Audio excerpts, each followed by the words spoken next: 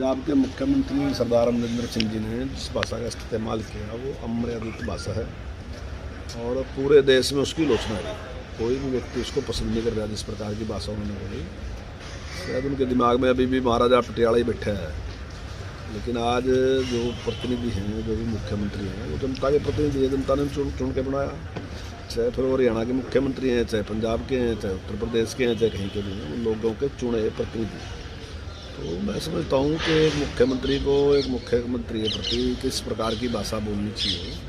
और मैं तो मुख्यमंत्री से ये अपेक्षा करता हूँ, मुख्यमंत्री को आम आदमी के साथ भी, चाहे मुख्यमंत्री की तो बात ही छोड़ो, आम आदमी के साथ भी, क्योंकि किसी आदमी की पहचान उसकी व्यवहार से ही होती है। तो व्यवहार जिस प्रकार का उन्होंने किया, जिस प्रकार की भाषा बोली, तो आज पूरे देश में उसकी आलोचना है। और आज कोई भी अखबार उठा के देख लो, सब अखबारों ने भी उसके ऊपर लिख लिया। और मेरा मानना ये है कि ऐसा जब किसी के पास करने के लिए कुछ नहीं होता ना जी, तो वो लोगों को भगाने के लिए कुछ ना कुछ इस प्रकार के प्रोपगंडे पढ़ाता है। अब ज़रूरत क्या है किसान को? देखिए, फैसला किस बात से होगा? फैसला बोलने से नहीं होगा, मेरे भाषण से नहीं होगा, मेरे बयानों से नहीं होगा।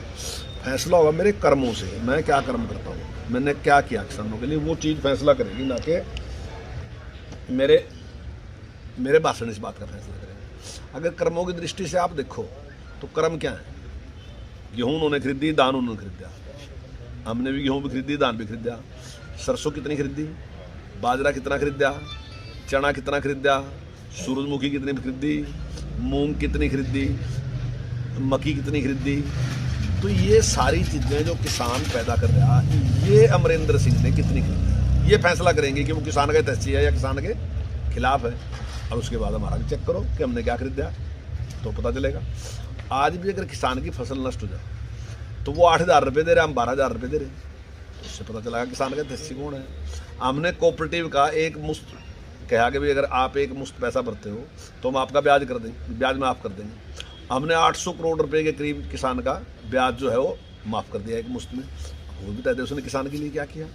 तो अगर सारी चीज़ों की आप तुलना करें, उससे पता चलेगा कि किसान हितैषी कौन है। और अगर ये सारी की सारी चीज़ों को हम एक टेबल पे रख के बातचीत करें तो पता चलेगा कि सरदार अमरिंदर सिंह कहीं ठहरता ही नहीं मनोहर लाल के सामने। जो काम मनोहर लाल जी ने किया किसान के लिए, वो कभी भी सरदार अमरिंदर सिंह कर नहीं सकता, क्योंकि इस प्रकार की सोच नहीं है। तो केवल भाषणों से नहीं बढ़ता कि वो भाषण से कह देगा कि किसी काम के लिए चलेगा तो वो उसका हितैषी है। वो हितैषी नहीं है वास्तविकता, वो हितैषी वो है जो किसान के लिए काम करेगा।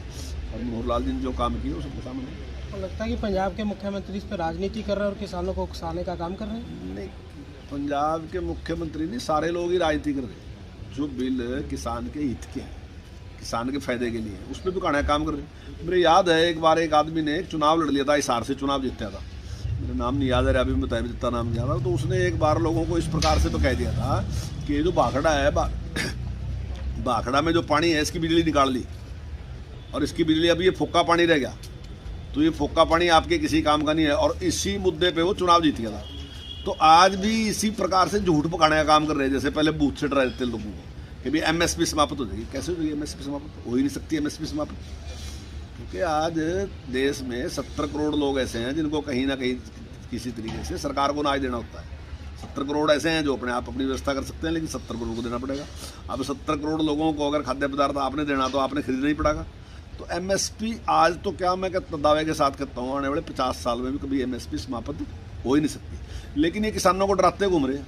अभी मैं देख रहा था, वो कह रहा था कि गेहूँ का रेट कम है, तो एमएसपी का मतलब उस टाइम है जिस टाइम मंडी चल रही है, उस टाइम का रेट है।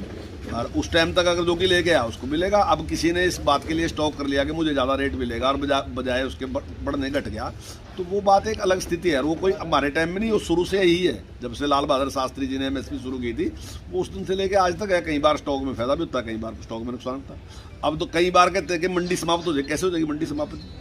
अब ऐसे ऐसी मतलब कल्पनाएं हैं कि भाई अडानी अंबानी आवेंगे, सारा अनाज खरीद लेंगे, वो स्टॉक कर लेंगे, फिर महंगा कर देंगे।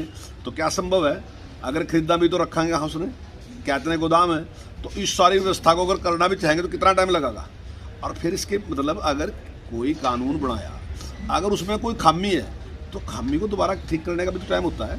संविधान लिखा, इतने बड़े बड़े विशेषज्ञ थे, इतने महापुरुष थे, उन्होंने लिखा, लेकिन उसमें भी 100 से ज़्यादा परिवर्तन नहीं लिए, उसमें नहीं परिवर्तन है। तो अगर कोई चीज़ में कल हमें लगता है कि भाई ये कानून बनेगा। बना तो अच्छाई के लिए था, लेकिन उसमें जो अच्छाई होनी थी वो कुछ कम है या उसमें कोई खामी है, तो पुनर्विचार भी तो किया जा सकता है। लेकिन किसी बात पे तर्क के लिए तैयार नहीं है। अब आप किसान यूनियन को कहोगे आप बातचीत करो, तो किसान यूनियन क्या कह रही?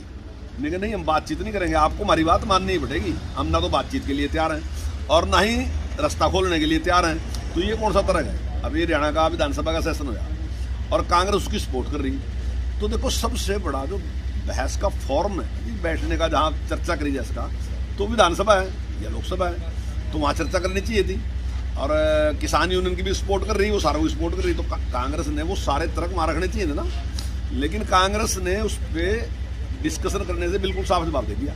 वो कहने लगी 183 के तहत इस पर मतदान कराओ। और मतदान का अर्थ क्या है कि 100% मतदान तो सरकार के ही पक्ष में होगा, क्योंकि उसके पास बहुमत है।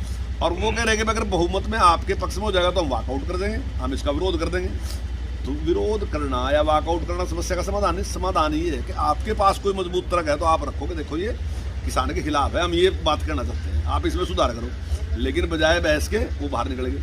और पहली बार मेरा ख्याल के आज तक ऐसा होया होगा कि जहां सत्ता पक्ष ये कह रहा है कि बहस करो और विपक्ष बहस से भाग रहा, और सत्ता पक्ष ये कह रहा है कि जितना टाइम चाहिए आपने, आपके 30 के 30 विधायक इस पर बोल लो, और जितना टाइम चाहिए हम अनलिमिटेड टाइम देने के लिए आपको तैयार हैं, आप अपनी बात रखो।